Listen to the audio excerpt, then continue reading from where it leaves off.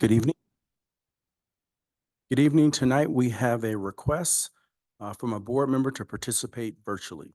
So in concurrence with Assembly Bill 2449, there's some things that I need to read and share with the board for them to be able to make decisions. So the first is, in order to allow a board member to participate virtually, number one, you need to have at least a quorum in person, and we definitely have that.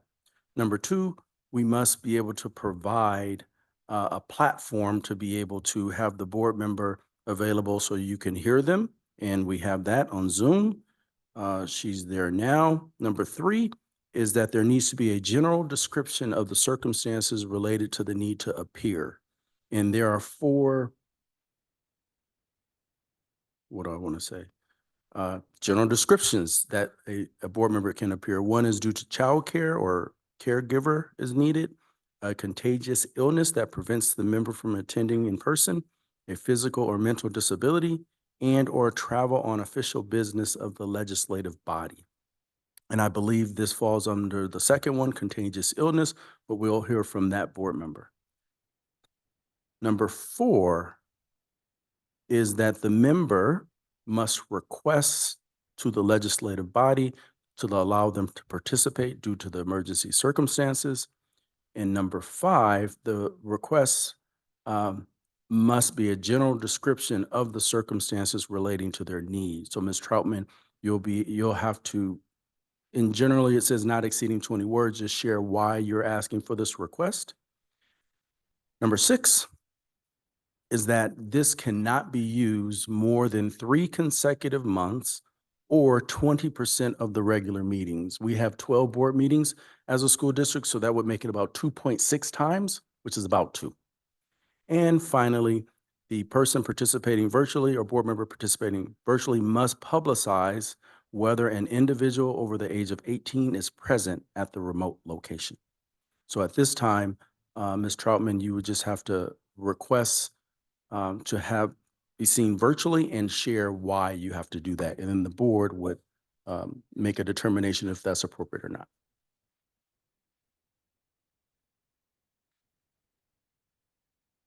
Okay. Thank you, Mr. Davis. I did make the board aware earlier that I'm currently sick. I apologize for not being there in person, and I hope for understanding, and this won't be an issue in the future. I do try and make as many board meetings as possible. And then I think the last thing you just need to share is whether you have someone over the age of 18 that's present at the remote location. That's right. I apologize. Currently, I am home alone. There's no one over the age of 18 or under home with me. Okay, so at this point, Ms. Ruiz, you guys would vote? Yes, to allow her to participate virtually. Does someone have to make a motion? Or just vote? Yeah, I think you just vote. I move. I second. All those in favor? Aye. Aye. Okay, so at this point, under the guidance of Assembly Bill 2449, Ms. Troutman will participate virtually. Thank you. Thank you. Please be advised that a recording or broadcast of this meeting is being made at the direction of the board. Trustee Anguiano, can you please take roll? Trustee Anguiano, present. Trustee Martinez Laura. Present. Trustee Novales. Present. Trustee Ruiz. Present. And Trustee Troutman. Present. Okay. Please let the record reflect that we do have a quorum. We now invite our Cadet Corps to lead the Pledge of Allegiance.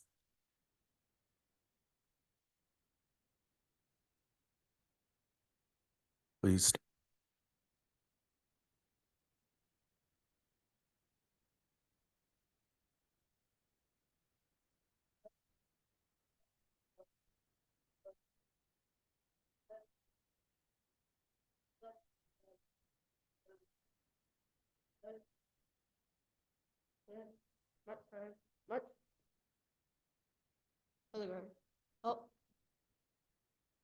Other left face. Other.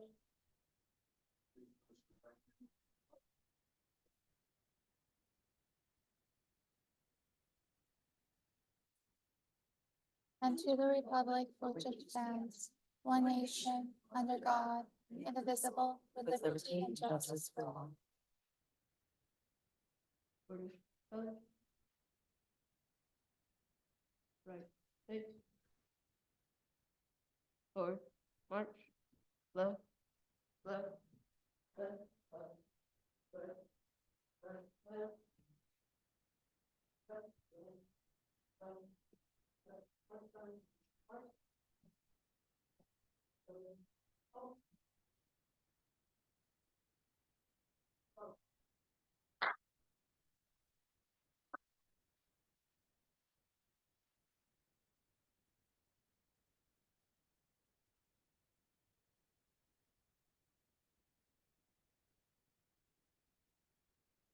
Are there any changes to the agenda? No changes to the agenda. Are there any board requests to change the agenda?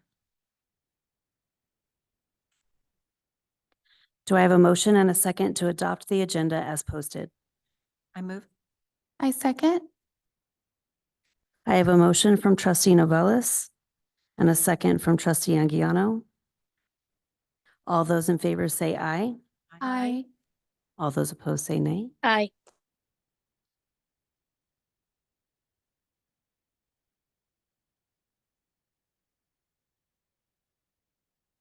Motion passes.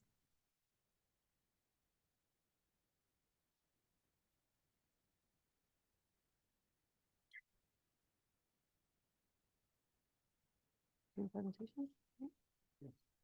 right. I would like to invite Dr. Kazi Bush to the podium to introduce this evening's student presentations.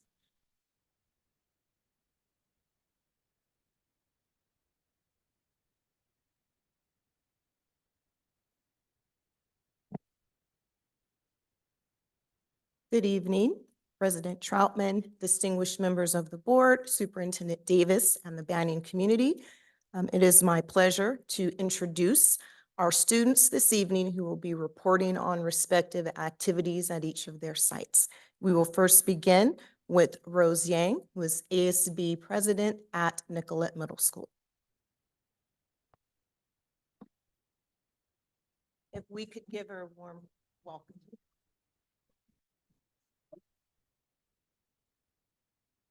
Good evening, Board President Troutman, distinguished members of the board, Superintendent Davis, and members of the Banning community.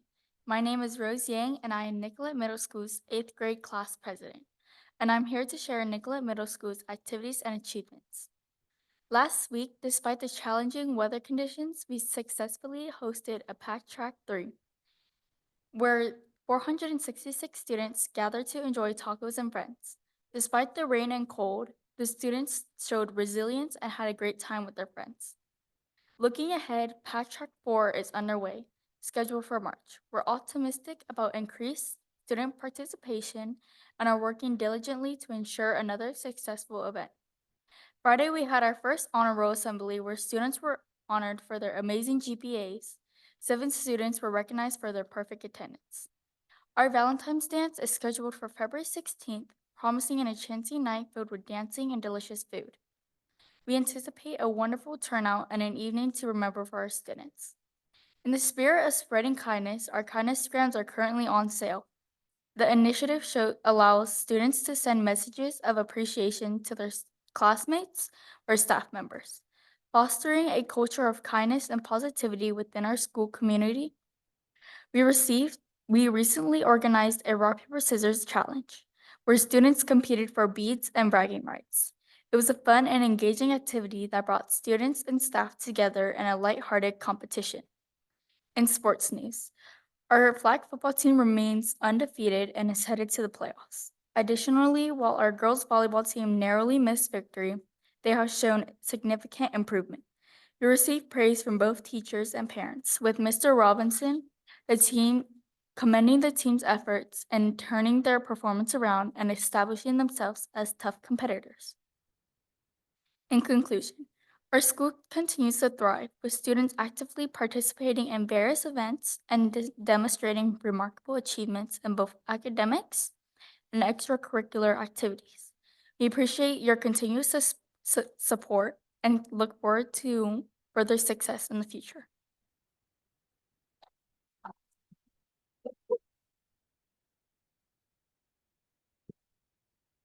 Representing Coombs Alternative would be Navaya Rodriguez. Come on up, Navaya.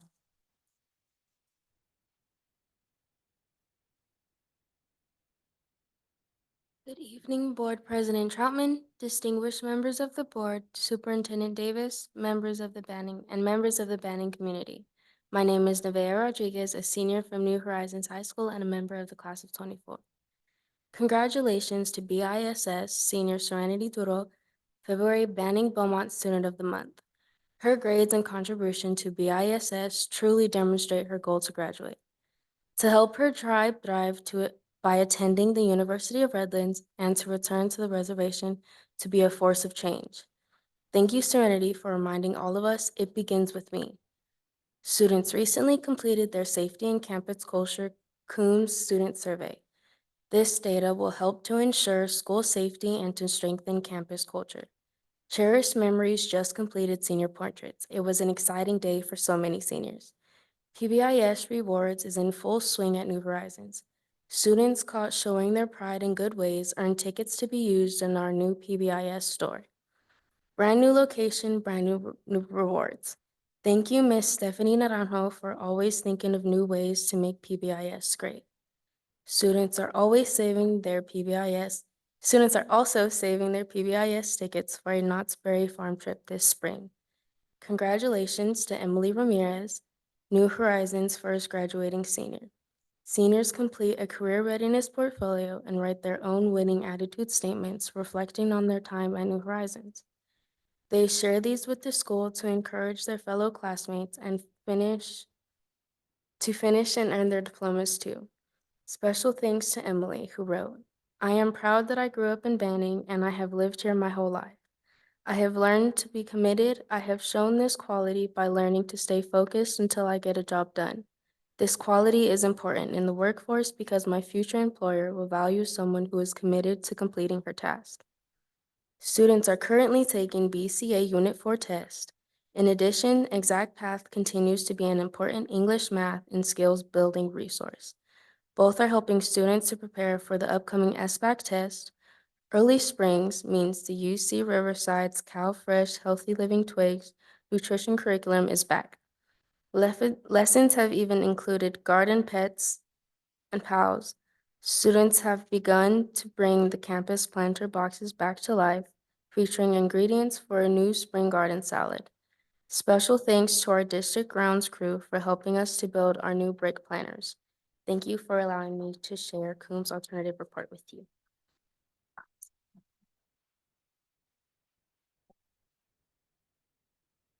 Chloe, who would be representing Banning High School, is ill this evening, but in her place, we have Gabriana Diaz.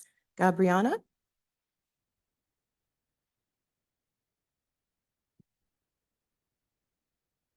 Good evening, President Troutman, distinguished members of the school board, Superintendent Davis, members of the cabinet, and members of the community. My name is Gabriana Diaz, and I am the senior class president at Banning High School, the home of the Broncos. First, I would like to say that wrestling made it to the first round of CIF. The boys did great, and I would like to recognize Lachelle Taylor as our first female wrestler to make it to CIF.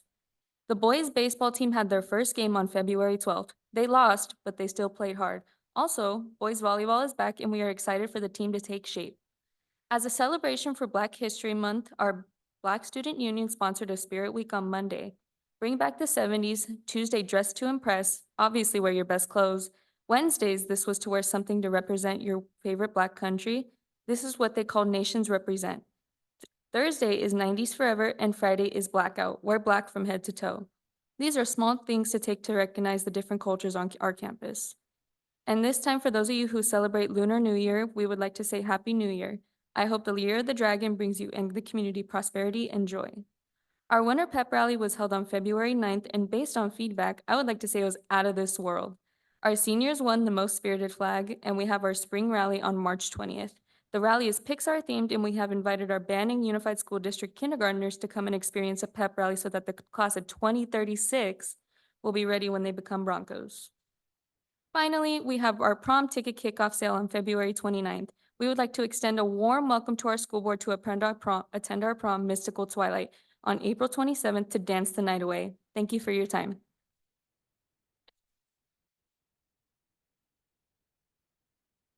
That concludes our student remarks for the evening. Thank you. Thank you. Item 1.5, student board member comments. At this time, we will hear from our student board member, Ahmad Saber. Good evening, Board President Troutman, distinguished members of the board, Superintendent Davis, and members of the Banning community. Recently, a survey was distributed to gather feedback after an initial review of our district's LCAP, which is a tool for school districts to set goals, plan actions, and allocate resources to improve student outcomes.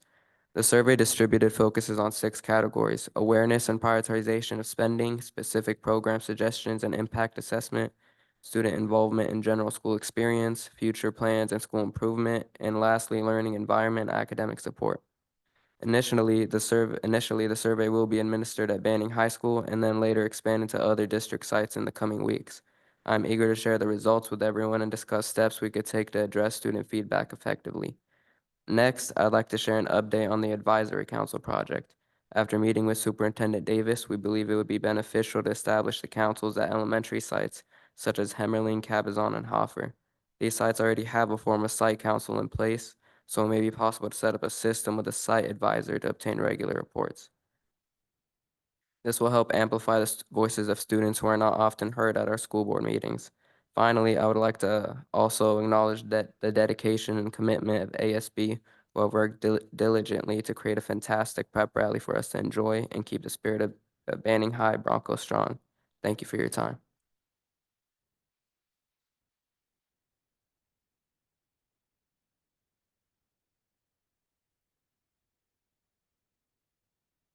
Okay, so I just asked Mrs. Ruiz if it was okay if I just made a comment, because it's in superintendent comments, but I want you to hear it, okay?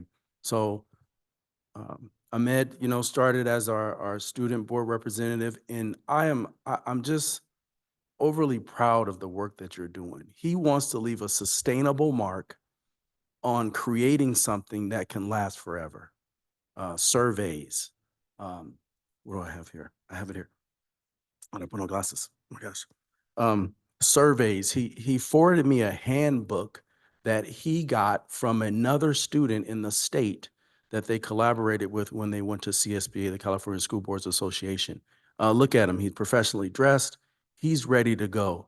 Ahmed, I have no doubt, 0 doubt, that you're going to make an impact in this world because of what you do. So I just want you, I want you to see me, and I want you to hear what I'm saying.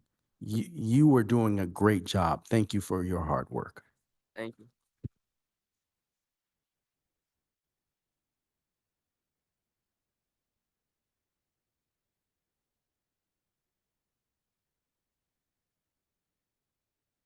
Item 1.6, opportunity for community comments, closed session items. Did we receive any community comments? We did receive one comment. Individuals who wish to address the board on matters which affect the district and its programs are requested to complete a request to address Board of Education card and submit it to the administrative assistant. Speakers are asked to limit comments to 3 minutes. While the board welcomes input from the community, they will not respond or take action during public comments. The board may decide to refer matters to the district staff or take under advisement for a future meeting. All speakers are reminded to be respectful and courteous. I'd like to welcome Ms. Knowles.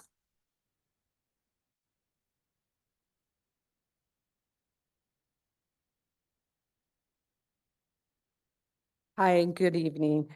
President of the board, Troutman, members of the board, Superintendent Mr. Davis, all staff of Banning Unified, and all those attending.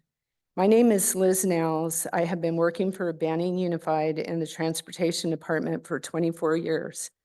There has been ups and downs throughout the years, and I enjoy and still take pride in my job. But now I feel that I'm being targeted.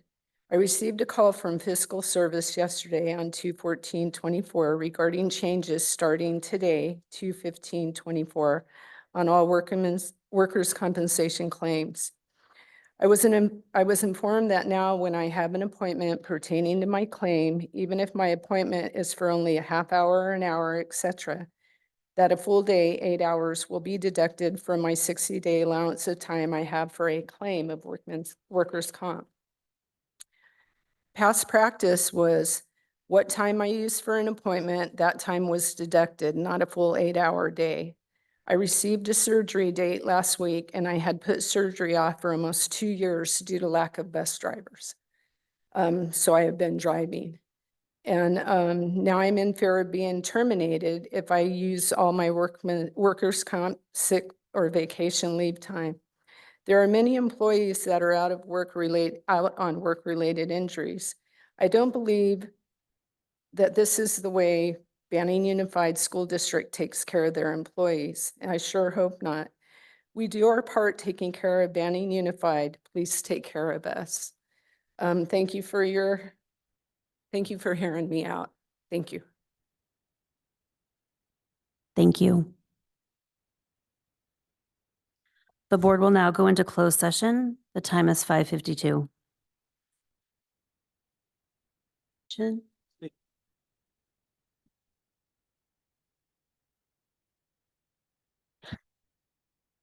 Just kidding.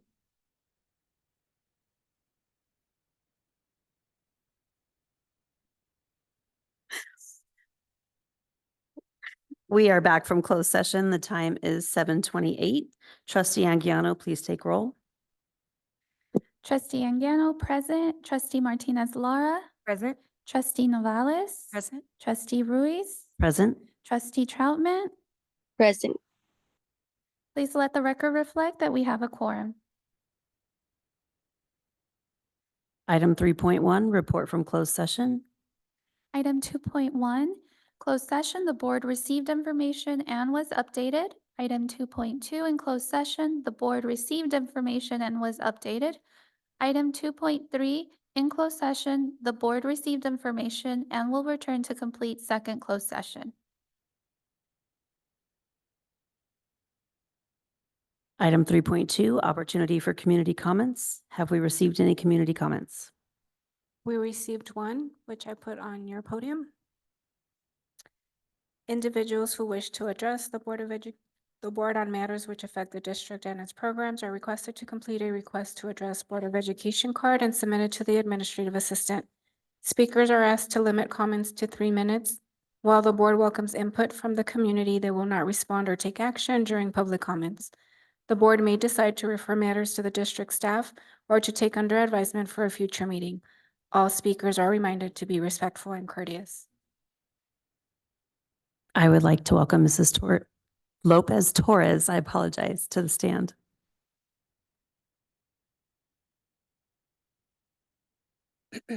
Hello, good evening, board members, superintendent, district and community. I'm here as a parent volunteer for Himmerling Elementary. They are having their reading night on February 29th.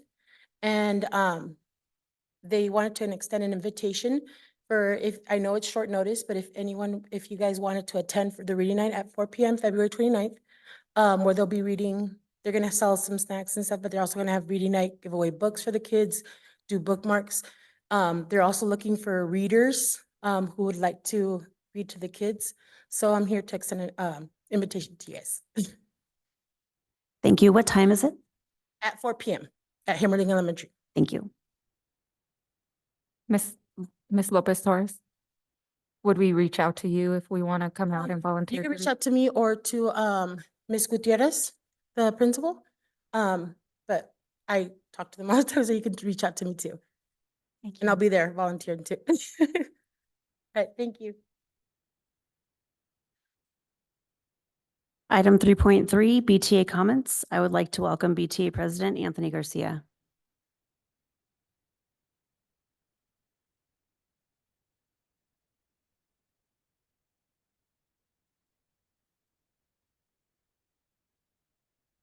Hi, good evening, everyone. I just wanted to say that we will be starting negotiations soon. Our first session is March 1st, and looking forward to it and hoping that we can conclude this year before the next year starts, like we have in the last couple of years. So thank you. Thank you, Mr. Garcia. Item 3.4, CSEA comments. I would like to welcome CSEA President Jennifer Serrano.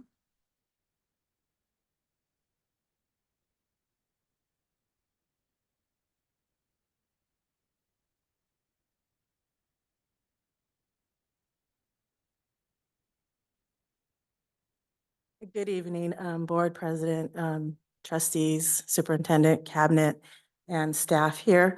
I'm Jennifer Serrano. I'm the president of CSEA, which is the California School Employees Association unit, Banning 147 here in Banning. I'm sorry I was not able to make the January meeting. I was on bereavement leave, but I'm here now, and I would like to present to you the newly elected e-board for CSEA. And I will start down here with Travis Warren. He is our communications officer. Belinda Frazier, our second vice president. Selena Fontes, the treasurer. Behind me is Lorraine Santa Cruz, the secretary. On this side, Mario Pedina Rico. This is our Joff Stewart, and Hilda Scott, our first vice president. This is your new board for the next 2 years. If you have anything, you need to reach out to us. Any one of us is fine. Me being the main point of contact, but you are able to speak to them as well.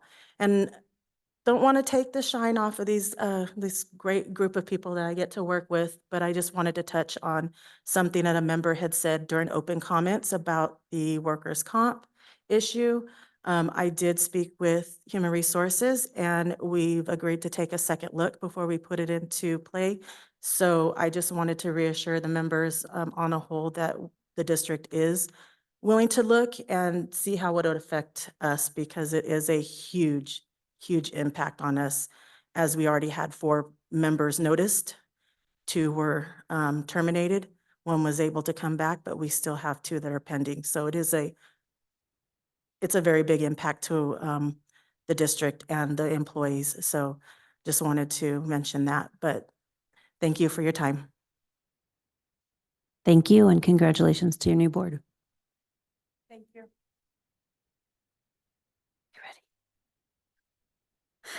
Item 4.1, superintendent's comments. So good evening, Ms. Ruiz, members of the board and our community. I would like to, first of all, thank you for letting me say a few words about our student board representative. It's just very, very proud of him. Next, I just want to talk about our students, because every time they come and they get up and they provide reports, and they're just so well polished. They speak with poise, with confidence, and whenever I hear them speak, it just gives me a sense of pride in terms of what they are doing and what our teachers and staff are creating with our students. So I just want to share that. I have not been out at sites as much as I typically am. A lot of things going on. We've had weather, we've had this or that, and I know weather shouldn't stop anyone. It doesn't stop our kids and people from coming to school and to work. But it was pointed out, I was at one of the school sites and they said, Mr. Davis, where have you been? I haven't seen you. So I just kind of shared some things, but it's kind of struck me because I didn't realize people notice that, realize that. And so for me, that was a good moment that someone recognized that being there and being visible is important. So I'm still here and I will be out. And so, because that's important to me, just to see all the great things that are happening and listen to what's happening, because I learn way more when I'm out of the district at school sites than I ever learn at the office. And so the last thing, two more things I want to report is on March 4th, Monday, March 4th, from 5:30 to 7 p.m. at Coombs North, we're going to have Mr. Ronnie Habib back. If you guys remember, Ronnie Habib started out our school year. Some of you guys were in the Ronnie Habib session this summer. And so he's going to be out speaking with parents. And the title is Mindful Parenting, which will include how to engage, interact with communication. And if you, out in the community and parents, if you have not seen Ronnie's work, It's really about how we connect to the human being and the individual, because we all go through challenging things, but how do we go through those challenges with our students, with our kids? And so please, we want you to please come out. We'll have some light refreshments. Again, that'll be March 4th at Coombs North. And finally, I wanted to provide a recognition to one of our staff members.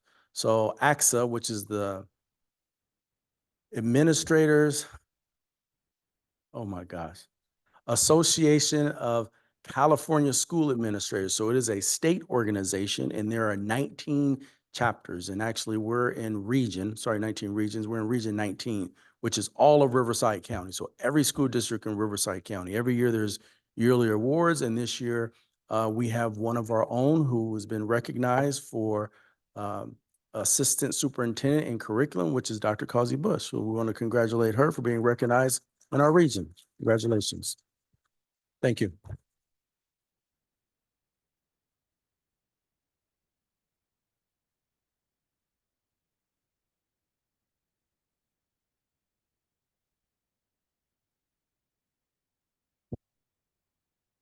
There was another recognition as well. Superintendent Davis was also recognized as the for the Equity and Diversity Award, also from AXA Region 19.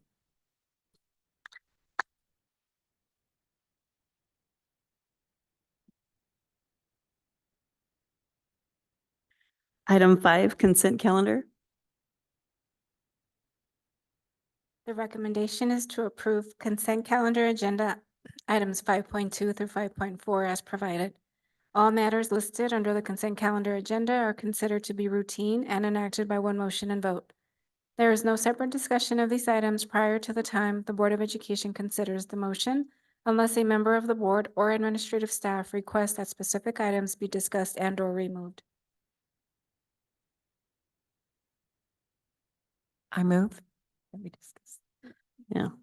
Do we have a motion, a second, to approve the consent calendar agenda as provided?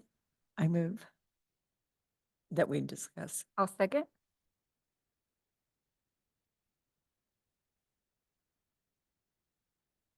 So I have a motion from trustee Navales and a second from trustee Martinez Lara. All those in favor say aye. Aye. All those opposed say nay. Did Laura vote? Do we still have Laura? Sorry, aye.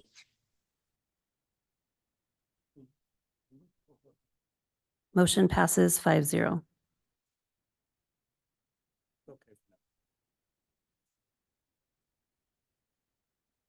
Item 6, special legal and discussion items.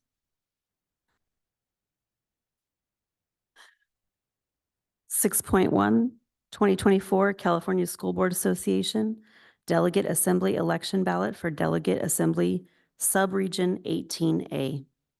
This item is for the board to elect delegates to the 2024 California School Board Association Delegate Assembly Subregion 18-A. Is there a motion to open and discuss item 6.1? I move. I'll second. Any discussion or questions? Don't we need the list? Or? how does that work? Yes. So I don't know who's running that over there. If you can open up that attachment. Who's in control over there? I don't know. One down, 6.1, 6.1. Yes, sir. Or do we just say yes to all of them, or what do you guys want to do? Yeah, this is a yearly memorandum that comes forward to each board in every region. You can scroll down there. Keep going, keep going, keep going. There's a red sheet down there somewhere. There it is. And so this is a list of delegates who have been nominated for our region that the board has a choice to vote for all, because it's just 6 and or a few of them. So it will be a discussion and a vote. And I don't know if we found out yet how they get to this, but I think we'll do that for next time. Make sure if, like, let's say one of you guys wanted to be a delegate to CSBA, California School Boards Association, there's a process for that, but this is what we have for now.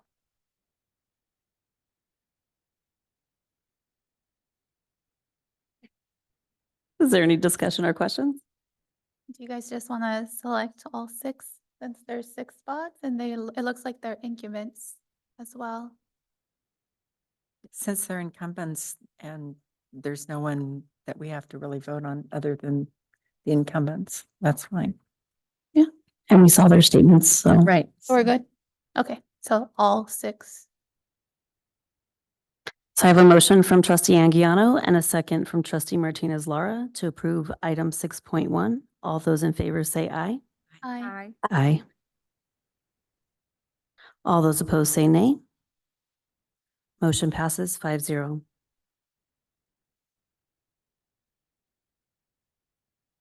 Item 6.2, Academics and Business Services, Mid-Year Local Control Accountability Plan, Update and Presentation. I would like to invite Dr. Kazi Bush to the podium to share the update and presentation on the LCAP.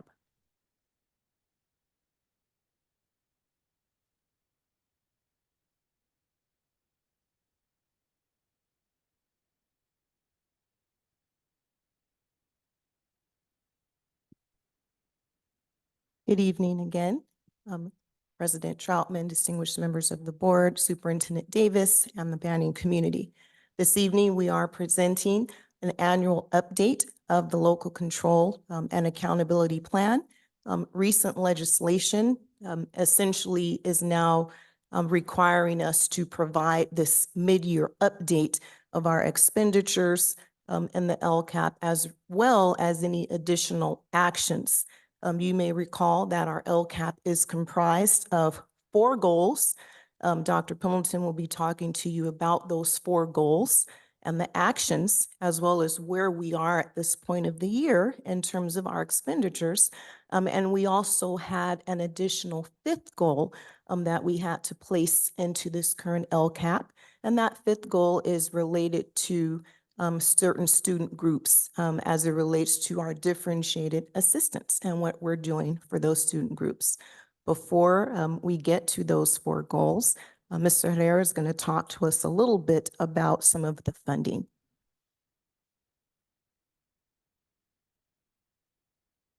Good evening, Board of Trustees. Today I have the privilege to speak on the updated information as it relates to the financials in the Local Control Accountability Plan.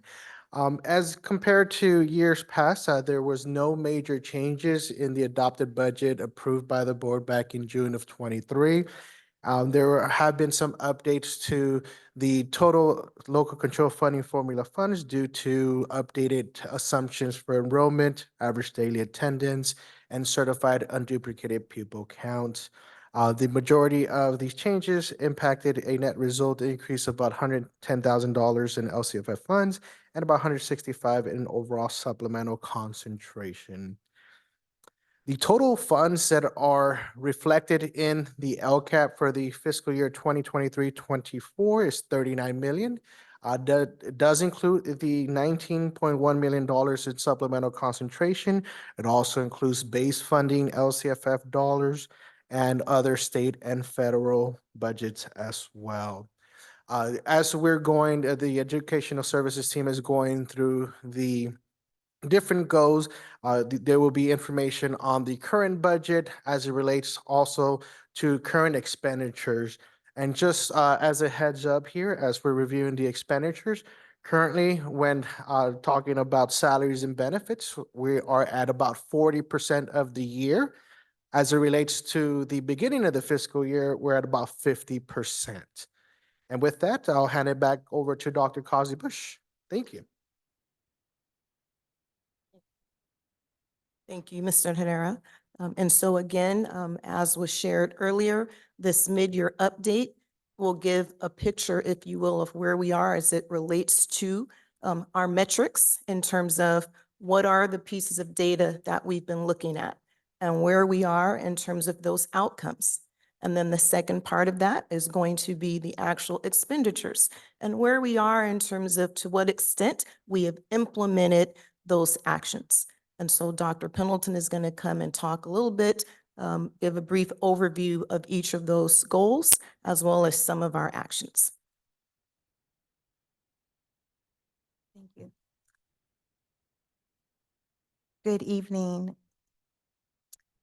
President Troutman and Clerk Reese, distinguished board members, Mr. Davis. It is my pleasure this afternoon or this evening to come and share some of these updates. So the first is we're going to go straight to the LCAP goal number 1, in essence, that really encompasses our student. It's hard. Okay. Thank you. Student academic achievement and our profession and how we respond to kids, as well as our English learners and graduation rate. So first piece of data I'd like to share is the metrics in regards to our state testing, which includes our ELA, our math, our English learner progress, reclassification rate, and the appropriation of credentialed teacher rate, which are part of our data points. Our baseline for the 2021 school year is that first column. The second column is what we set as our goal for the year, or for the plan, for the 3-year plan. And then at the end is our ending mid-year goal, our mid-year goal updates to that data. And as you can see from the first column to the third column, even though, for example, our distance from standard in our ELA was at 79.6, where we started in our baseline, and we set a goal of 74 points distance from standard, and we ended our 3-year cycle at 72.6. And what that is that in our status is that 5 out of the 10 student groups actually met this goal in all. And for math, we have similar results in that 5 out of 10 students also, student groups also met this goal. We're proud to say that in our English learner progress, we set the baseline was at 38.4 points, and we see that we had a very aggressive goal of 44% being meeting that progress, and we've exceeded that at 51.8%. We meeting that goal. Our English language, our reclassification rate for English learners, that we our baseline started at 3.8%. And we increased to the 8.3%. And in this area, we did not meet our intended goal. But even though we did not meet our intended goal, we still made significant progress from where we started from. So now moving on to their certificated teacher rate, we're at 100%. We started at 100% at baseline.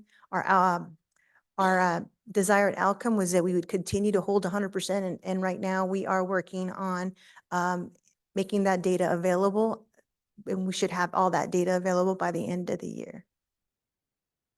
So our access to textbooks was also our baseline at 100%, and we continue to maintain that, so we've met that status. Our graduation rate our baseline was 84.2.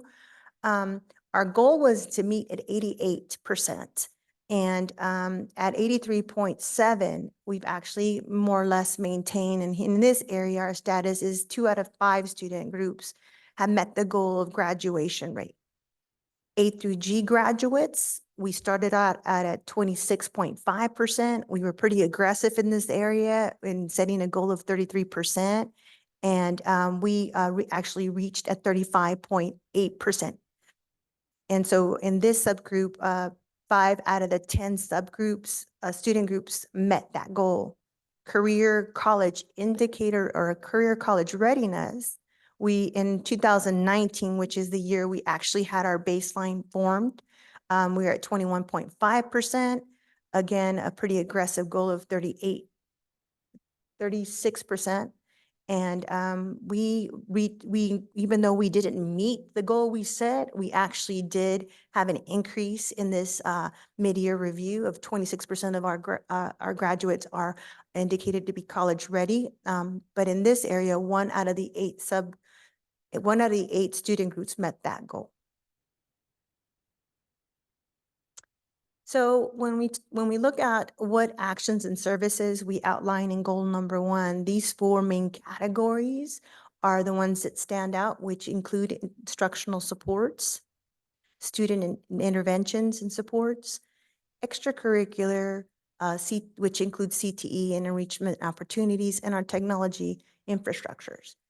Goal 1 was budgeted at 28,359,400, and as of December 31st, we've expended the 11,548,156. So our implementation notes is that all of these actions have been fully implemented. And the difference here is that we want to be able to share an implementation status for all the actions in the LCAP in goal number 1. Goal number 2, yes, ma'am. I just have one question. Going back on these, when we're looking at these metrics, as far as college and career readiness and A through G graduates, and these are all fully implemented at this point, are we, and I'm sure you are, but are we looking at and analyzing, these are fully implemented, but how these are working and how we can improve these?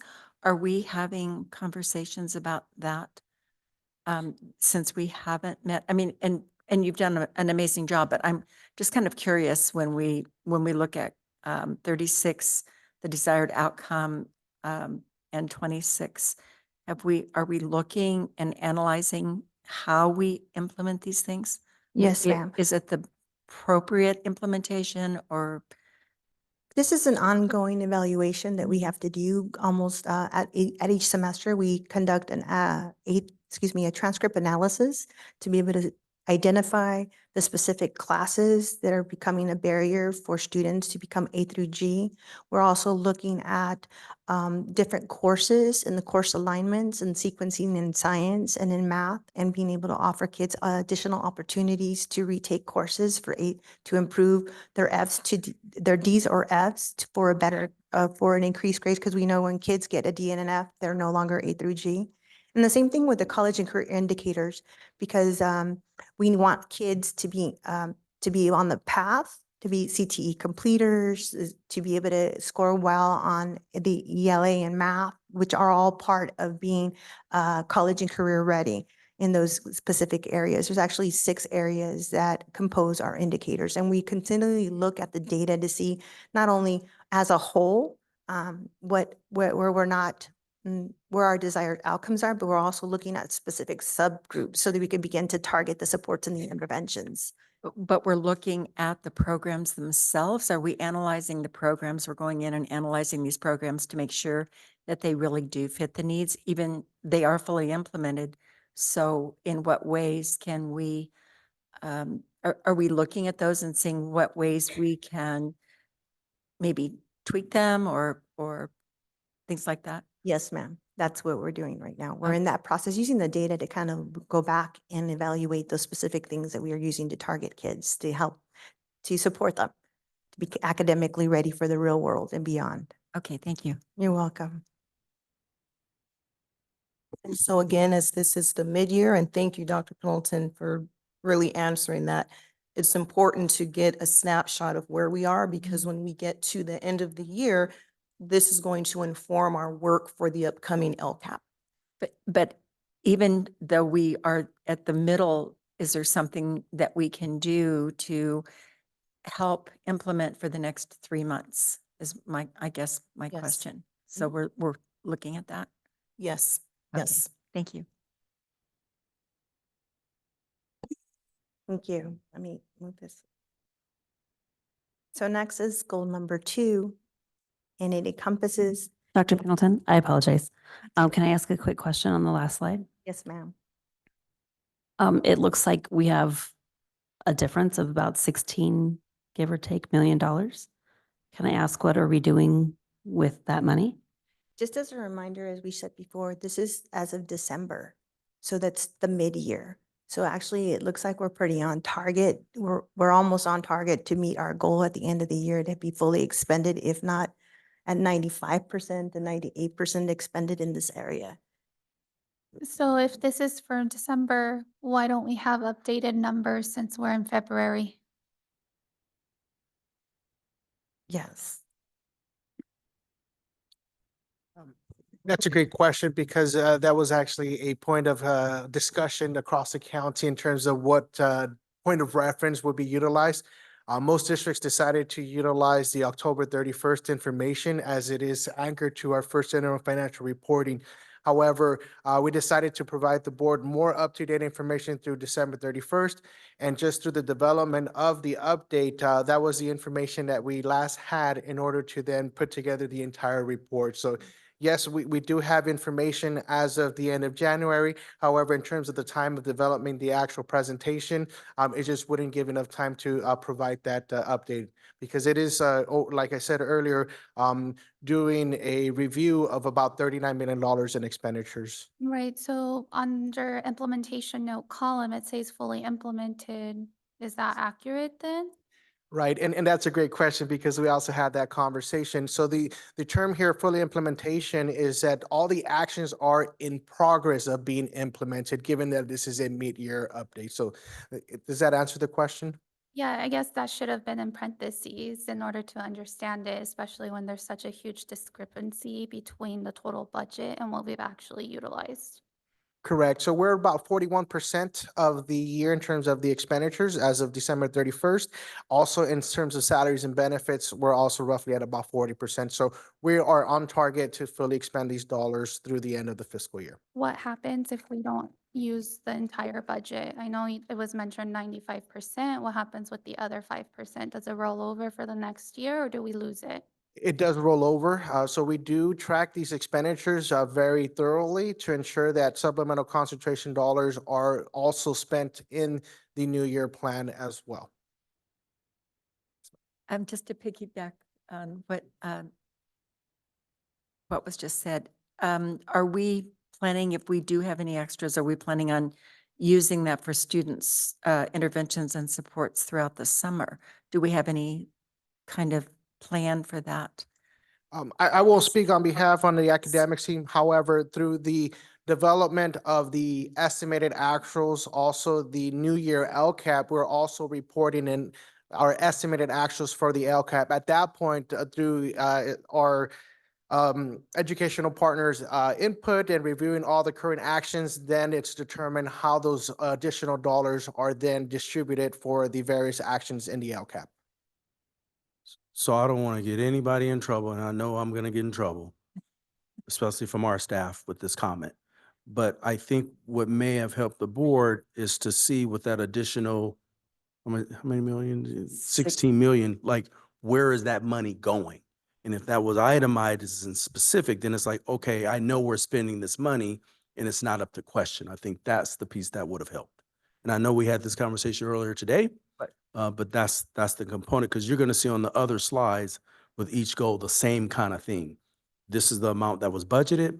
This is the amount that has been expended up to this point. But nevertheless, for the rest of the year, there are expenditures that are in the budget that we're going to spend. And I think that's the piece that has to be capsulated and articulated. So I appreciate that clarification. Are we able to get that table with those expenditures and a weekly board update in order to see visually that we are going to allocate that money? Absolutely, that could definitely be provided. Also, as part of the new development of the LCAP, again, reporting the expenditures estimated to the end of the year, it is itemized line by line as well. So we'll be able to provide you a snapshot of where we're at as of December 31st. Also, our projections getting closer to the end of the fiscal year. And to your question about summer school, definitely, that's part of that goal number one is actually our expenditures that we've estimated for the summer school intervention and programs. So that's part of this for Mhm. this school Mhm. year? Okay, Yes, ma'am. thank you. Goal number two really talks about the professional development that is is implemented in goal number 2 for both certificated and classified employees to build capacity at each of the sites. And in this particular goal, we had as our metrics, that all general education teachers would be highly qualified. We were at 100% as our baseline. Our desired outcome was that we would maintain 100%. And right now, we're still working through those numbers to establish that. And so this goal status is in progress. Okay, I do have a question about that. Are you saying it's in progress, it's to be determined because we haven't met that goal, or it's determined because you haven't, not you, but I mean, because it hasn't been calculated yet, or because we don't have certified teachers? I'm So not we- quite sure, because highly qualified and is, I mean, that's a different situation. So how? Correct. So what the HR is currently doing is verifying all that information, and it's a process. So So shouldn't we not have 100% then? that is If the it's not confirmed? Or I'm confused. It says to be determined, but I'm just curious, if we have these teachers and they've been with us all year, how do we not know if they're highly qualified already? So there's a process here in the sense that it's about what they're teaching. So and it's mostly a secondary issue in the sense that we need to verify, we get through the county reports and we need to go through a process of verifying through CalPads what their credentialing is based on what their teaching assignment is and making sure that it's all aligned and it's a process. So we don't check that before we assign them classes? So we do. Mhm. However, in conjunction with RCOE, they have something called assignment monitoring. I believe that's the term, where they double check each assignment and the credential. And so that's a process that happens throughout the year, which I'm assuming that's why it's to be determined, because that process has not been completed. But when we do hire that teacher, we do hire them making sure they have the full credential, but there are other components that RCOE double checks to make sure it's validated. Much more complex when it comes down to secondary, because they have single subject credentials, and then you have to look at each section that they're teaching, and does that align with their credential, which is different from elementary, which that has a multiple subject. Right, but we had on the other slide, we had certified, and that was also to be determined. So when we hire them, if you look back, when we hire them, aren't we hiring certified teachers, or are they going through the process, or what's happening? The other one was, We are hiring certified teachers that are in programs. They do have specific things that they have to complete. So they do show up as misassignments at times until things have been completed by the student interns or whoever we're hiring. so couldn't we have a percentage on this instead of to be determined? We can definitely look into that and bring that back to you on an Would that update. come on our weekly Yep, report? absolutely. So we know what's happening? Yes, ma'am. Thank you. So we also have as a metrics CTI annual survey report, data program on program effectiveness. And in this one, our baseline was 95% of our candidates are well matched to their mentor. 83 feel that that program is well aligned to their teaching assignment. And that was our baseline in 2020-21. Our goal was at 100. We'd meet at 100% candidates were well matched. And that 100% would feel like they were well aligned with their teaching assignment. Their mentor was well aligned with their teaching assignment. And the data comes from a partner agency who now records this on a 4-point scale. So the metrics has changed a little bit. So this year's score is 3.82 for well matched, and 3.8, can't see that, 3.32 for alignment. And Is there a reason why we're now getting the data from a partner agency, or why the change, or why is that not consistent with the 2021? I believe the agency changed their scoring scale, and that's why the data looks different. So right now it's in progress because we're not where we want to be. at a 4 point, but now we're at 3.82. So I believe it's just the process in calculating what that percentage is, or what that, instead of a percentage, it's a point scale. So I just did the calculation and we're exactly where we started. Perfect. It's 95% and 83%, but we wanted 100%. Yes, ma'am.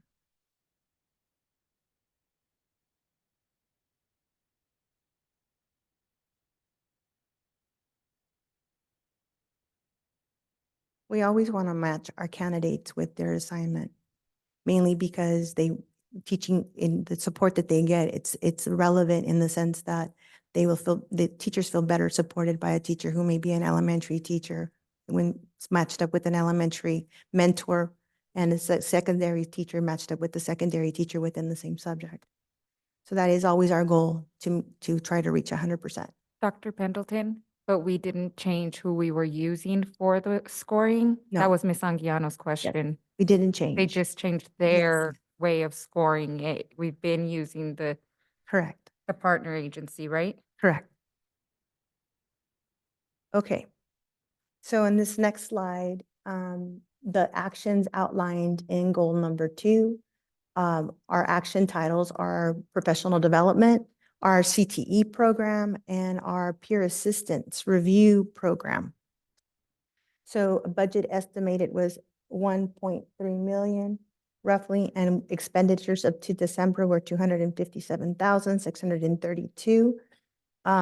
So I just wanted to share some of the implementation notes to this, in the sense that we actually allocated a large amount of a sum of money for professional development that we estimated conducting K through 12, but due to some unforeseen logistical challenges that arose during the planning and the execution phase on the proposal plan, these challenges included like scheduling conflicts, resource limitations, and difficulties in securing a qualified trainer or a facilitator for this particular PD that we had in mind.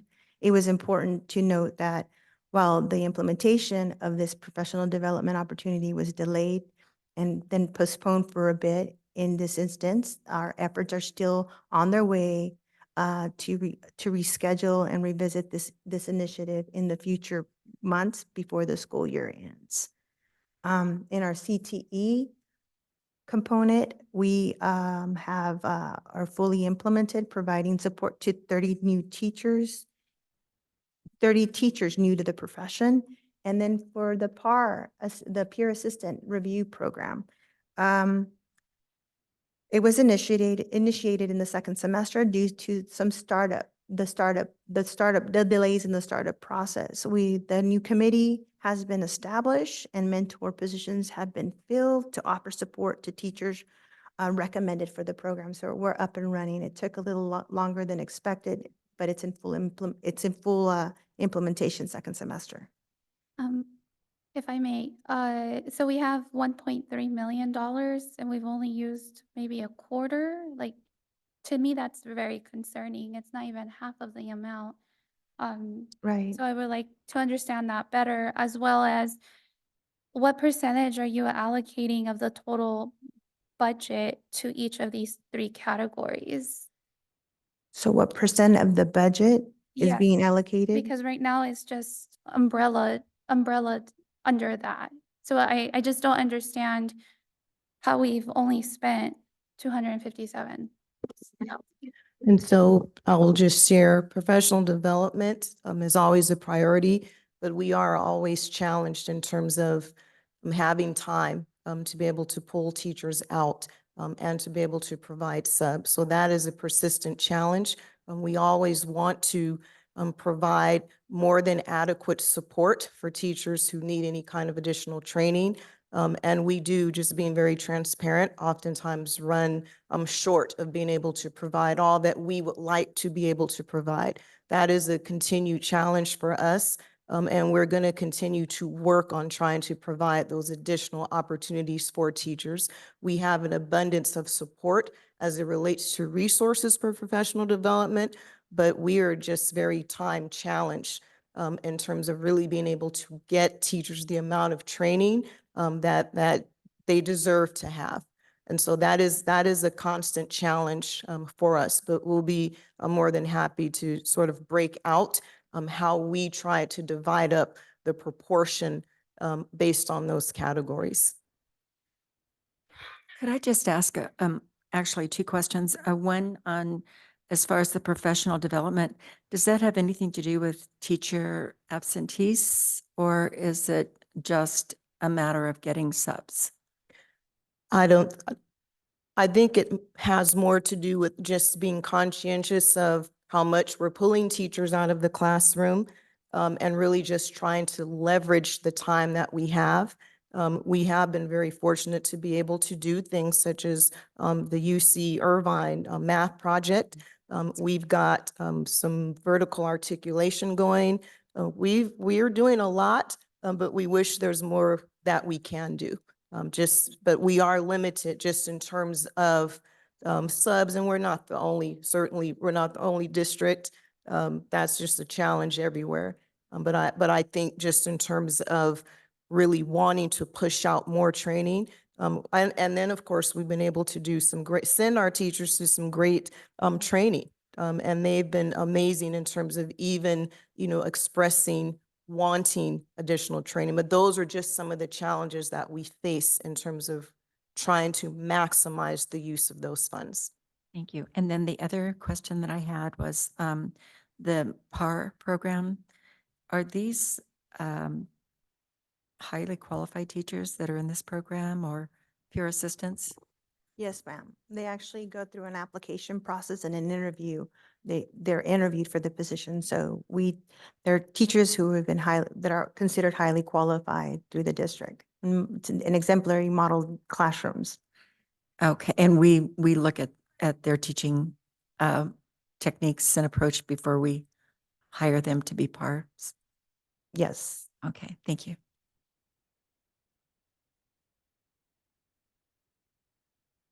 The third goal really encompasses creating a safe and healthy learning environment at each of our school sites as well as our district. And in this goal, we have some of the metrics for this goal include suspension rates, chronic absenteeism rates, state school facilities, which is using the FIT tool, which gives us a rating for our facilities, and our graduation rate. And in this, you'll also notice that there's a 2021 baseline, and then our desired outcomes in the middle column, and then our mid-year update at 7.9. For example, our suspension rate has increased to 7.9. And in this status, we have 1 out of 13 groups meet this goal. Chronic absenteeism, our baseline was a 44.3%, and it is decreased to 34.7%, and 10 out of the 13 student groups have actually met this goal. And as far as our facilities, we are continuing to calculate.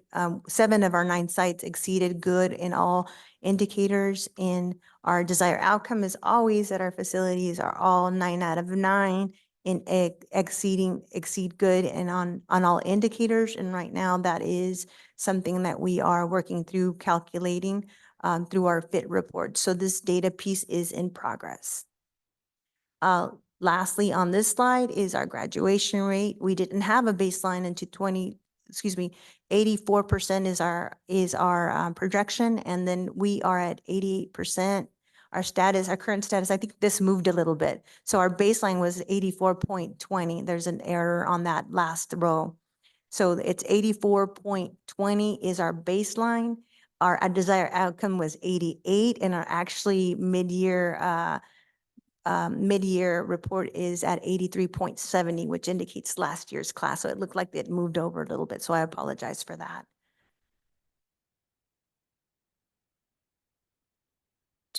I have a question for you on that. The 7.9% of suspension rates, do we have that broken down into schools? We have it broken down at the school level, at the student demographic level, at grade level. Grade Yes. level, okay. And have we looked at the programs? I know we talk about intervention, but have we really talked about the programs that are offered to these students? We are looking at a couple of variables, and one of them being the reasons why that it's more prevalent in the elementary versus middle versus high school, because each of those are, the data is indicating that there's different reasons why students get in trouble at each of these different grade levels, and being able to support them with the right interventions at that point. And I know the elementaries are wonderful about conducting student study teams, and we're continuing on with the work that needs to be done. I know we have PBIS implemented at the elementaries and at the middle schools. It is showing some positive things. It's like the middle school is now it has implemented PAC this last year, and we are definitely showing some trends going down in this area since that program has been implemented. Okay, but are we looking at, I'm not talking about just the intervention or behavioral programs. Are we looking at the programs that we're offering them as far as their interests, as far as the way that we're teaching those, the way that um, classes and programs are being presented in the classroom? I'm talking about the engagement, because as we know that students that are highly engaged are less likely to get Correct. suspended. There's a couple of ways that we that we monitor that. And one of them is Mr. Davis was sharing, is like being on site, walking through classrooms, being able to see it for ourselves, and walking with administrators. And the other is being able to see how kids are doing on their BCAs, the Banning Common Assessments, is another way of seeing what level of engagement are they getting this, are they getting the teaching? Are they learning the teaching? The simplest way to say it. And then looking at what is happening as far as engagement as we walk through and being able to share.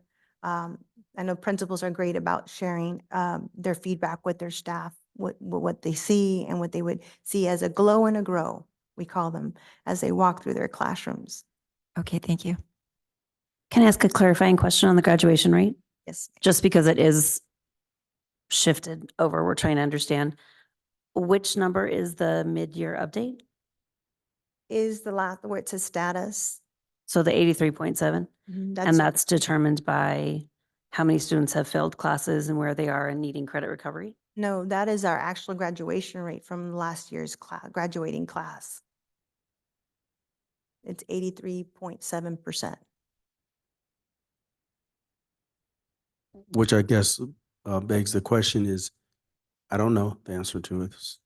Is there a way to get a mid-year update of what our graduation status is based upon classes year's students. failed? Yeah, this year right now, classes failed, credit recovery, any of those things. Those would be indicators to shed light as to what our graduation rate is going to be in this and at the end of this year, by looking at how many kids are on target to graduate and how many kids are still, how many 12th graders are still deficient, and how many kids are able to graduate possibly in the summer. We do have those. We can provide them in the weekly updates.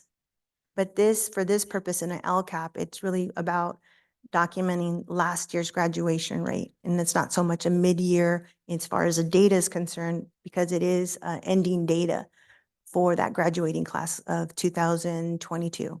So for clarification, last year's graduation rate is the 83.7? Yes, ma'am. And then we don't have one for 2021? The column shifted over. If you could see where it says graduation rate in the baseline, it's really the 84.2. Okay. And so what is our desired outcome? That's the 88? The 88%. And then, so again, remind me, what's the status then? The status is that we decreased. You could see the difference between the 84.2% and the 83% is the 83.7% is that there was a decrease. But we don't have a ratio like the one of 13 student groups We do not. because, So I think what happened is there was a mistake on this one. So it shifted over, and I think it fell off the chart. So I think there are two questions in terms of the current graduation rate is 83.7. And I think you're asking what is sort of our anticipated or expected. We would like for our graduation rate to be 100%, but right now we put 88%. And once we get, of course, to the end of the year, well, actually next year, we'll be able to have the actual graduation rate for the current class. And then the other question had to do with student groups in terms of where they are. We can get information in terms of where each of our student groups are. We have all of that data, but just did not want to overwhelm this particular presentation because there is a lot of data, but that's absolutely a great question in terms of looking, and we do know where our student groups are as it relates to their graduation rate. Okay, so you'll provide that information on our weekly update? And I think Yes. it's important to have it here to provide that consistency since we're seeing it on those other rows above. Absolutely. I think my concern is if we're using last year's graduation rate as mid-year update for 23-24, do we know how our kids are sitting for the 23-24 school year? We do know where students stand right now. And we know what they need to help them get credit recovery so that they can graduate? Yes. But you'll give us that info. So just to make sure that I've captured is an update of where students currently are. We have that information. And then the other part was how many student groups from class of 2023, where they were in terms of graduation rate, in terms of those who met the desired outcome. And did I miss? Okay. Were you asking also where they are right now, those student groups? Yeah.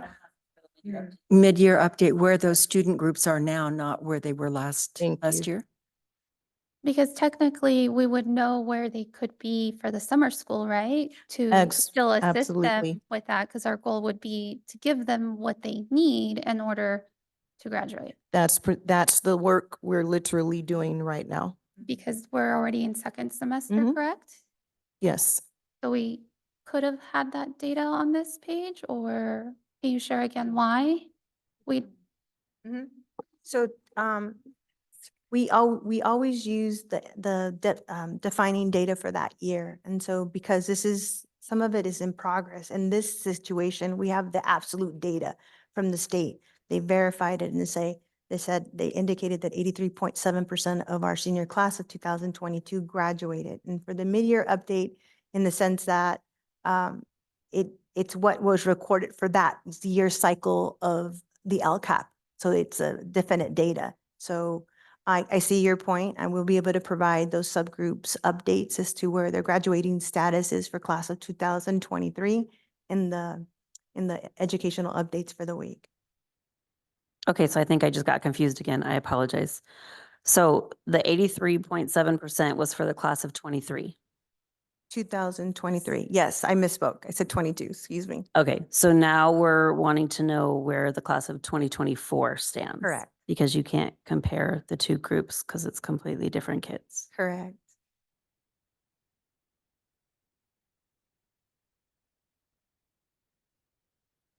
Okay, so in goal 3, this is where we are in our categories. Our action titles are student well-being initiatives, all of our improved student attendance initiatives, school connectiveness initiatives, and our action and services as it relates to security, safety, and engaging learning environments. We budgeted $8,605,997, and expenditures of to date are a little bit more than half.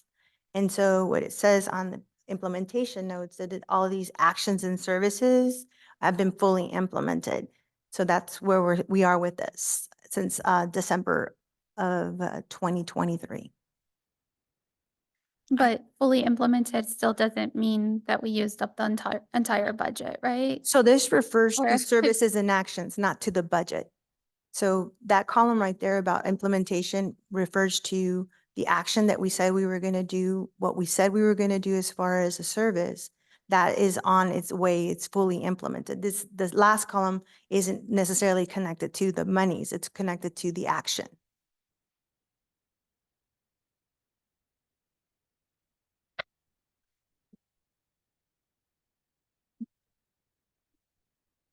I do have a question. I do have a question about the secure, safe and engaging learning environment. When you're saying it's fully implemented, I understand because that begins on day one. You're taking that program and you are implementing it every day. I understand that, but my question is, where is safety on campus? Does this include our safety on campus as well? That's also fully implemented? Or are we still in progress as far as safety on campus? So I could speak to the specific initiatives that are outlined in the LCAP. But does that include also our safety? Does that include that, Mr. Davis? I do not know the answer to that. Okay. And I just want to make sure I understand. I think you're asking the safety in terms of having a safe and secure, engaged Environment. learning environment. Does it include things that we're Safety on campus. such as, I don't know, maybe security or? Well, security, cameras updated, making sure that our safety protocols are being, well, also cybersecurity, all of our safeties and security, is that fully implemented? Are there still areas where, because to me, secure, safe and engaging learning environment, if children don't feel safe, then that's not fully implemented. So I'm just kind of curious if that's part of that. I understand. And so we have some of those elements that are reflected in the LCAP and some of those elements that are not necessarily reflected in the LCAP. And so our focus here is looking at things that will ensure that students have a safe learning environment. It could also include things such as support for PBIS, our infrastructure in terms of cameras, hard wiring, things of that nature. Some of those elements may be referenced in the LCAP and some may not. And so that's why I just wanted to be clear about what that means in terms of the overall campus environment. Things such as cybersecurity, which we are working on in terms of lessons with Common Sense Media. Those things actually don't cost us anything in terms of providing that information for students. However, there are other things that do have a price tag. And so the fully implementation just simply means that's what we are doing. We are engaged in doing that. We're not done, and that is why that proportion of money there is not completely spent, because this is only reflective, so to speak, up until December 31st. But in terms of all of the work we're doing, we're immersed in the implementation of trying to provide a safe environment for students. Okay, thank you. Can I just ask a few questions? So this is an informational item, correct? So it's not an action item. And this item is coming forward because it's a requirement to report by a certain date? That is correct, by Okay. February 28th. Okay, so given that, I think some of the confusion and the complexity is twofold, and there may be more. One is when we're looking at what's budgeted versus actual expenditures, it looks like half, and we talked about this earlier today. So I knew that was going to be an issue. Right. So then that begs to say, okay, if we have on this slide roughly $4 million more to spend, what are we doing with that? And if we're doing something with that, which we are, it shouldn't say fully implemented, Mhm. because fully implemented means that it's already done. Understood. So I think part of this is language, what's being shared, which creates some confusion. The other question that I have is, last year, how was this reported? And is it There changed? wasn't a requirement last year. Okay, so this is a new requirement by California legislation to say we have to report. So part of this is, like everything else we do, kind of figuring out how things change based upon the LCAP. And I'll just say this, I will speak on behalf of our team. This is very confusing. And this creates some complexity with the board understanding what we're doing. That's not to put fault anywhere, but that's just say that it's been 47 minutes and we're only on goal 3 to get to 4. So I think part of this is how it's presented, what's said, and what that means in real life. versus what actions mean in all of the goals. So your question about secure, safe, and learning environment, that doesn't really tell us anything. What are we doing regarding that? Because it says it's fully implemented, but we have X amount of dollars to spend. So it's like so what I would like, I don't know if we want to suggest something. I mean, I think we need to expedite this to just, I don't know.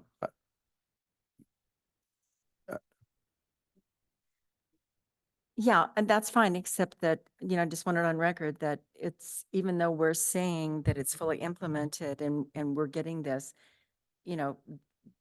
I think that if they put down something like, these things are in the works, and as opposed to fully implemented, I understand for expediency, yeah, let's just do this because we have to report, but that's not really an accurate report. So yeah, we can table that as long as they come back with the answers. But if we don't say anything, then it's okay, yeah, that's done. Right, that makes sense, because the way we keep moving forward, it's going to be convoluted. Yeah. Um, If we can agree on that, that's great. So by when do we expect clear information? Do we want to give ourselves a time frame? Yes, we already have that information. We have all of our actions and all of our, we have everything that we're doing already listed out. We did not, we were trying to summarize in terms of the big bucket items, but we have that information and we will provide that to you next week. Thank you. And I just want to say, is that a reasonable timeline? Next week happens in a blink of an eye. Yes, only because we literally have it all. It'll just be a matter of what's the easiest way to format the list of actions. Okay. Thank you.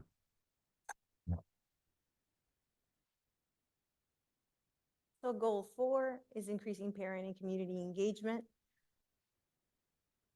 We're good? Perfect. Thank you.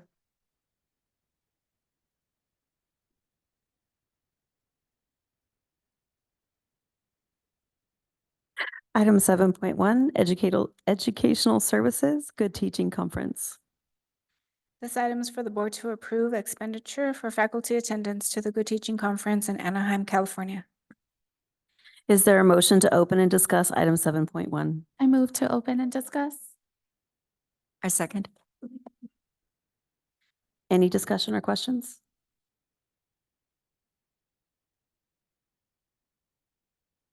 I have a motion from trustee Anguiano and a second from trustee Novales to approve item 7.1. All those in favor say aye. Aye. Ms. Troutman, are you still with us? Yes, I voted aye. All those opposed say nay. Motion passes 5-0. Item 7.2, educational services, NABE conference. This item is for the board to approve staff attendance to the NABE conference in New Orleans, Louisiana. Is there a motion to open and discuss item 7.2? I move to open and discuss. I second. Any discussion or questions? I'm really excited to hear how the conference went and how our teachers did during the presentation that they're presenting. And I hope to see pictures. It's exciting that our DI teachers are going to this. And I would just like to add, because there was a question about, I don't know if it was a couple of weeks ago, there was what is it called? A DI symposium? Symposium. Where Showcase. Showcase, where the Riverside County Office of Education came. They brought several DI teachers throughout our county, I believe in even San Bernardino County, to take a look at Central and the DI program that they've done as an exemplary school. So we had some of our DI teachers present. They went into classrooms to see what was going on, to utilize as a model, if you will. And that's why I learned a couple of the teachers had sent in a proposal to present at this conference. So that's really good. They are an exemplary program doing a great job at Central. Were we invited as a board to that? I am not sure. I'm not sure. Not from me, I don't think, but I don't know if that went out. I don't know. Okay, thank you. I don't think that invitation went out. The invitation came from the county and went directly to the school site, and we let staff know. We will ensure for any upcoming events such as that, that we make sure we share that with the board. So I have a motion from myself, trustee Ruiz, and a second from trustee Anguiano to approve item 7.2. All those in favor say aye. Aye. Aye. Aye. Those say nay. Motion passes 5-0.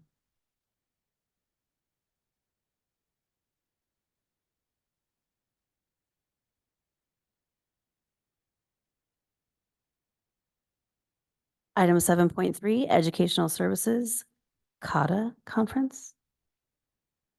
This item is for the board to approve staff attendance to the CADA conference in Reno, Nevada. Is there a motion to open and discuss item 7.3? I move. I second.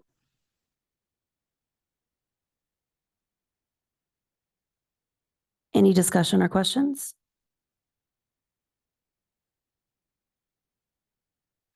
I have a motion from trustee Novellus and a second from President Troutman to approve item 7.3. All those in favor say aye. Aye. Aye. All Aye. those say nay. Motion passes 5-0. Item 8.1, Human Resources, Resolution number 24-013, authorizing the release of temporary certificated employees pursuant to Education Code 44954B. This item is for the board to approve resolution number 24-013, authorizing the release of temporary certificated employees pursuant to Education Code 44954B. Is there a motion and a second to open and discuss item 8.1? I move. I second. Any discussion or questions? I just want to confirm that those that we're gonna need again for the next school year, that we have a timeline for ensuring that we don't lose them. Yes, ma'am. We did speak with every individual that's on there, and we will have a timeline to offer them if the need does arise. Thank you. Any other questions? I have a motion from trustee Anguiano and a second from trustee Novellus to approve item 8.1. All those in favor say aye. Aye. Aye. All those opposed say nay. Motion passes 5-0. Item 8.2, Human Resources, Notice of Public Hearing to adopt the Sunshine Proposals for Banning Teachers Association to Banning Unified School District for the 24-25 negotiation year. The Board of Trustees will now conduct a public hearing on the Sunshine Proposals for Banning Teachers Association for the 2024-25 negotiation year with Banning Unified School District. Now is the time and place for the hearing. I declare that the hearing is now open. The time is 8:40 p.m.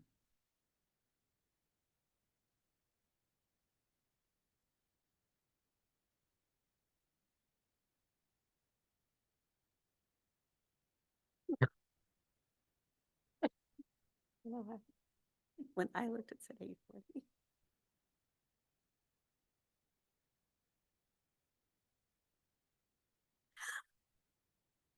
At this time, were there any public comments received regarding this item? No comments were received. Is there anyone here now that wants to make a comment?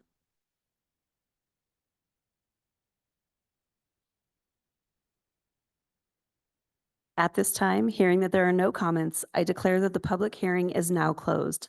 The time is 8:40 and 50 seconds.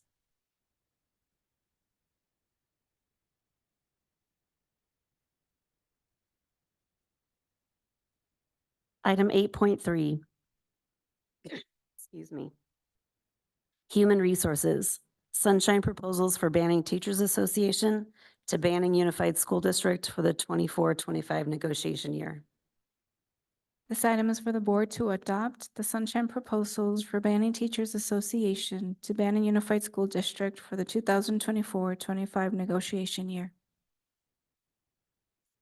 Is there a motion and a second to open and discuss item 8.3? I move. I'll Oh. second. Thank you. Any discussion or questions?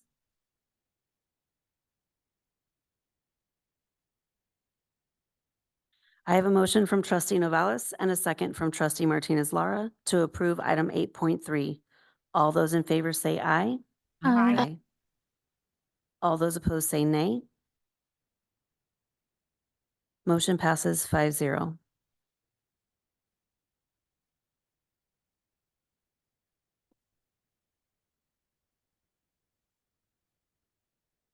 Item 8.4, Human Resources, Notice of Public Hearing to adopt the Sunshine Proposals for Banning Unified School District to the Banning Teachers Association for the 24-25 negotiation year. The Board of Trustees will now conduct a public hearing on the Sunshine Proposals for Banning Unified School District to the Banning Teachers Association for the 24-25 negotiation year. Now is the time and place for the hearing. I declare that the hearing is now open. The time is 8:42 and 42 seconds.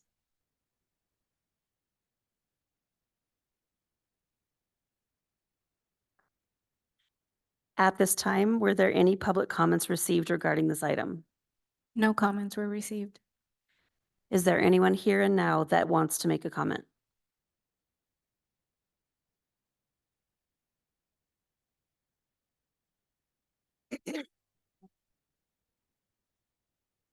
At this time, hearing that there are no comments, I declare that the public hearing is now closed. The time is 8:43 and 17 seconds.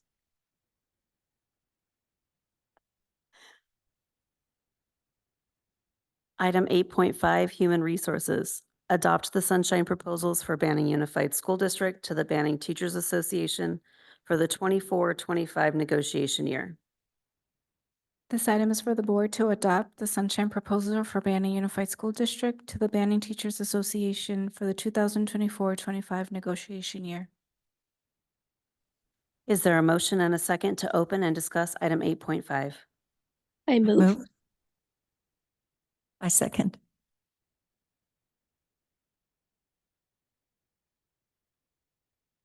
Any discussion or questions?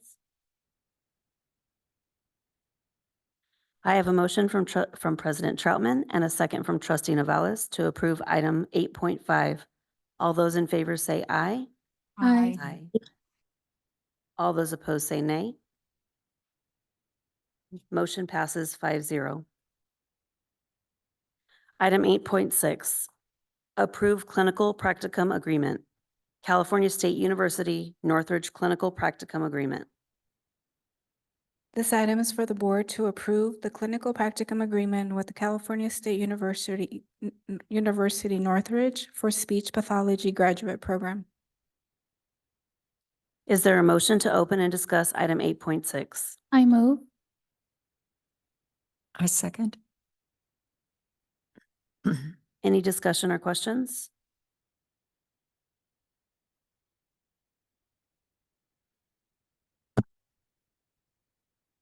I have a motion from trustee Anguiano and a second from trustee Novales to approve item 8.6. All those in favor say aye. Aye. All those opposed say nay. Motion passes 5-0. Item 9.1, Business Services. Award bid number 24-002, roofing phase 2 to Best Contracting, Inc.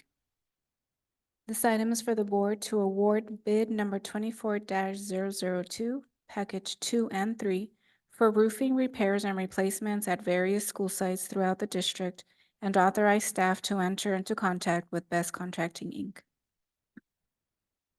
Is there a motion and a second to open and discuss item 9.1? I move. I'll second. Any discussion or questions? I do have one question. On the bid package 1, best contracting services were 1.6 million, and Then the second bid was 762,000. Can you expound on that just real briefly? Why that's such a cut?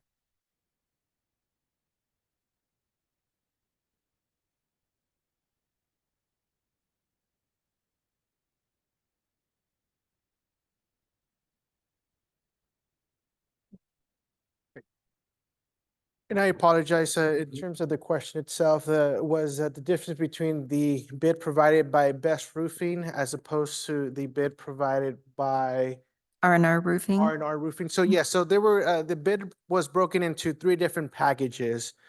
The recommendation for tonight is to move forward with package number 2 and 3.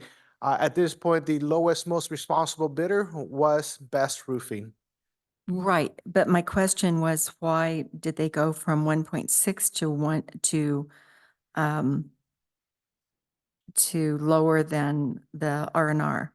Was there a reason? Are they going to cut corners or what? I'm just kind of curious as to why they cut Right.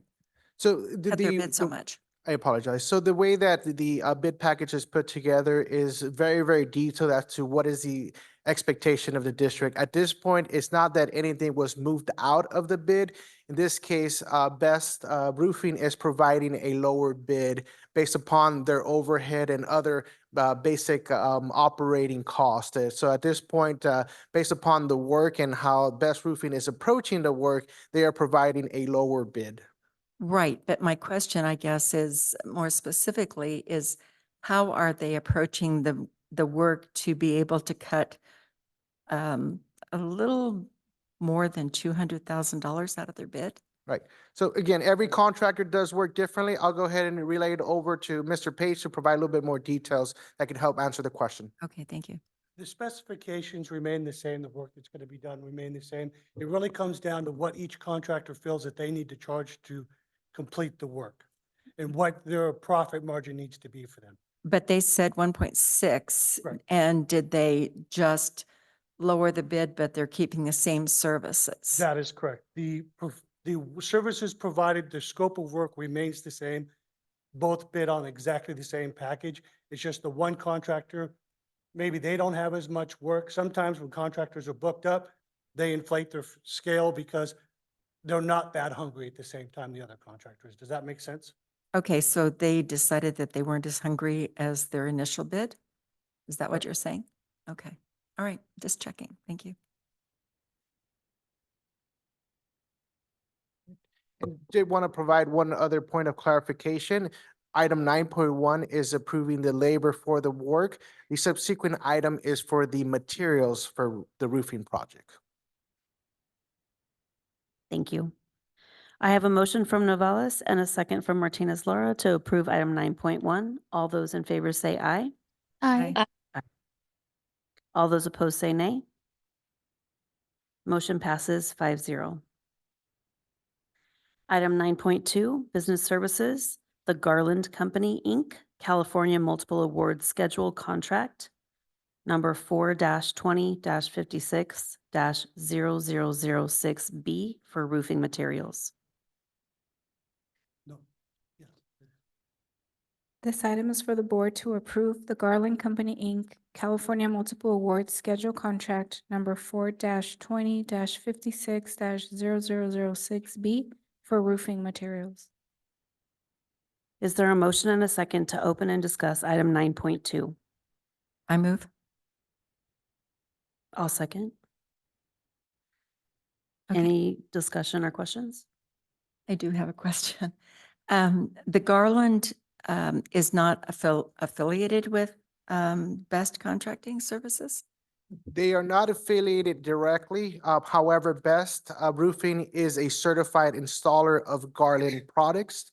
And that was part of the bid package, knowing that we have a competitive pricing for all the materials as approved through the CMAS process, which is a statewide agency making sure that the lowest, most responsible pricing is provided.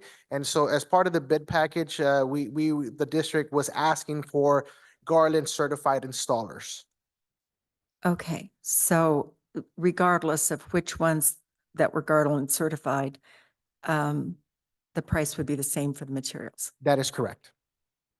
Okay, thank you.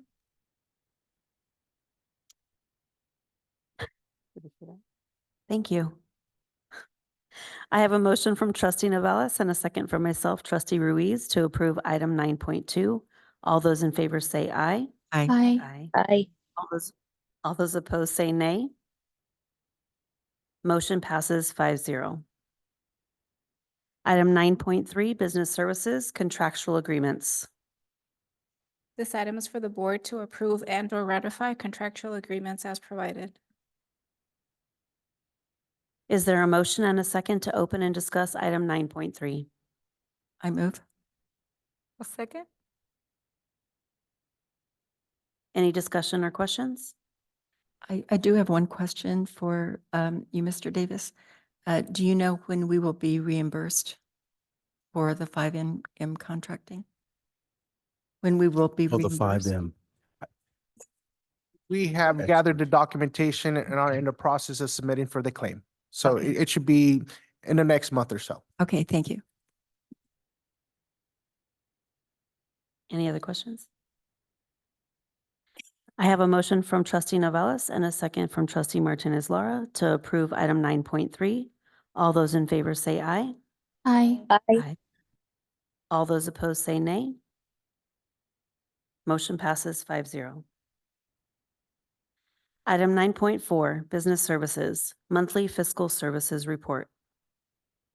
This item is for the board to approve the monthly fiscal services reports, bank reconciliations, purchase orders, warrant summary, and commercial warrant registers.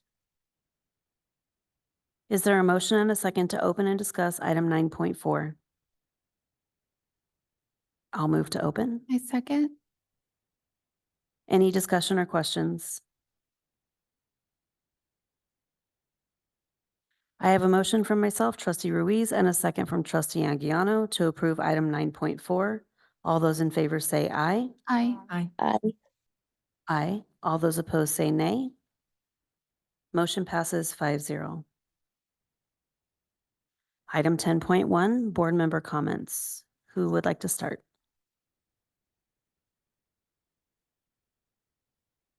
Yes, I'll go. All right.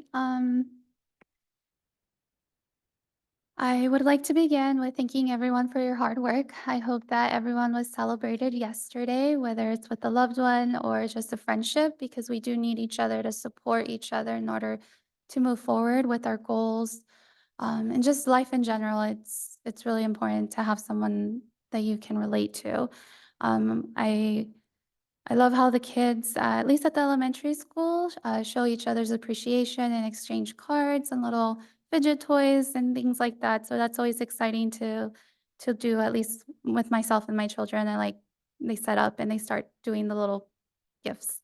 Um, I would like to also wish our students good luck if they're not already done with their BCA testing or still working on it. I know it can be really stressful on the student, the teacher, as well as the families, because they do come home and they share with us how they did, how many they missed, things like that. So I know you guys are working really, really hard. And I appreciate that. I appreciate all the posts that I've been seeing from our different school sites. The rock, paper, scissors challenge at Nicollet was really cool and creative, and I thought that's something really I'm just happy they did that. That's really good, relationship building, and it's fun. I look forward to hearing more about other events that are occurring. I know today they celebrated the Lunar New Year at the elementary site, and so it's really interesting to see the children at different age groups and how they perform. And so I'm looking forward to tomorrow's as well at Central as the older classes perform. It was exciting to see our student, the first female wrestler, to go to, I believe it was a CIF. When I saw that post, I was like, wow, I didn't even know there were female wrestlers in our school. So it's really exciting to see how many opportunities our students do have. So I think our staff are providing those opportunities and that safe environment to explore new areas. I'm looking forward to hearing more about the advisory council at the elementary site levels. I think it's a great idea to get their input because our little ones have a lot to say, especially from the perspective that they see the world. But overall, I look forward to the more events that should be coming around for spring, and I appreciate all your hard work. Thank you. I'll go next just to get it over with, if that's okay. I just want to apologize for not being there in person tonight, but thank you all for accommodating me, and I hope you all have a great night. I would like to congratulate Superintendent Davis and Dr. Kazi Bush for your awards. They work very hard. In fact, all of you work so hard. It's wonderful to see the recognition that you're getting outside of our appreciation, which doesn't go that far. I mean, I don't mean that it doesn't go far. We appreciate you, but it's not, it's not across the county, and it's we are small in comparison to that. So it's very wonderful to see that. I also, in the last year that I've been here, I see all the changes that are happening in our fiscal, in our educational departments, and with all of our assistant superintendents and special ed and all of the other places. Seeing people working together, I realize that we're not where we want to be yet, but I'm hoping that the community will be patient with us as we make these changes, as we try to align ourselves with highest and best practices in California, highest and best practices in every single one of our areas. We are all relatively new in the district, and we care deeply about the progress for our students, for every aspect of our district. And those of you that have been here for so long, I realize that, things are changing, but hopefully for the better, and sometimes have growing pains. So thank you for your patience and your best wishes for the changes that we see in our community and in our students. We see some really great things happening. So thank you all who are willing to take on these challenges and willing to work so hard to make these changes. It's bravery, and we really appreciate it.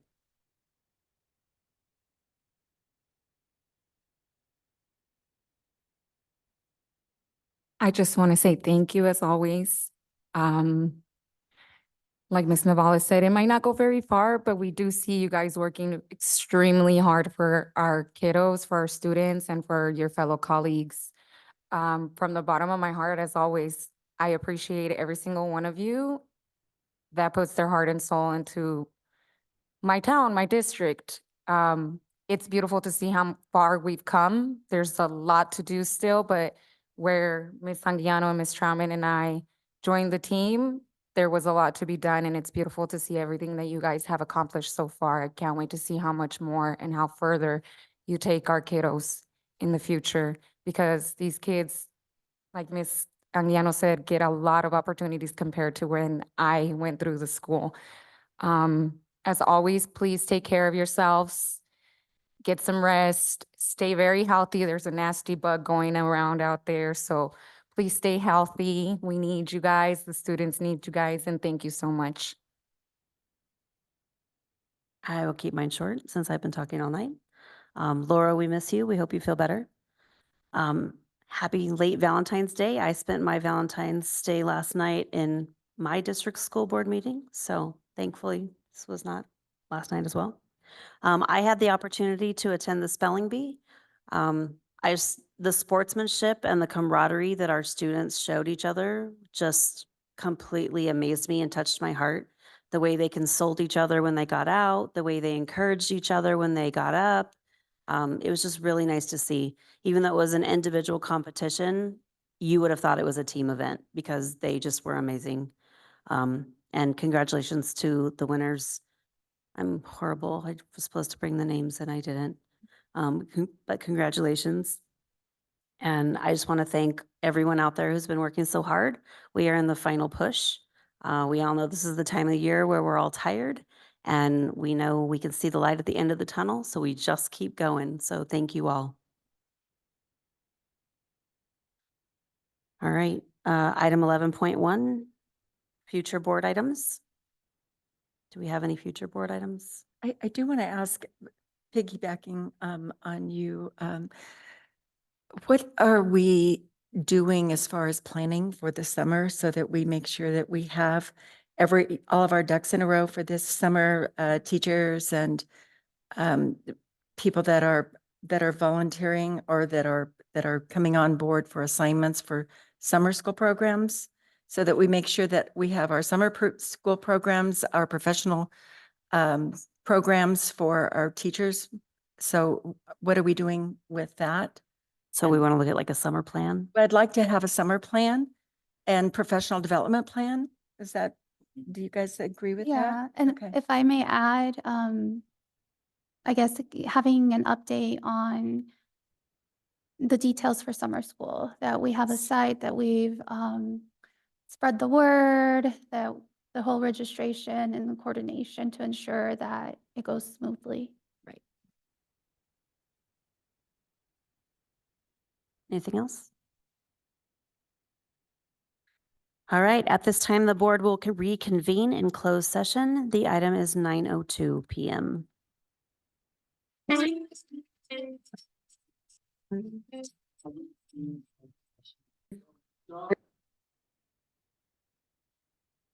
We are back from the second round of closed session. The time is 10:15 PM. Trustee Anguiano, will you please take roll? Yes. Trustee Anguiano, present. Trustee Martinez Lara. Present. Trustee Novales. Trustee Ruiz. Present? Trustee Troutman.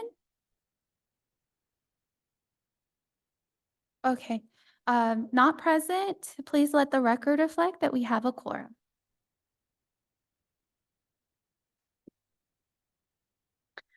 Item 13.1, adjourn meeting. Do I have a motion to adjourn? Oh, sorry. They No, didn't put that on my thing. so I apologize. Item 2.3. Where? Oh, Oh, we don't have it on There's there. Hang on. nothing. It's over here. So this one, 12.1.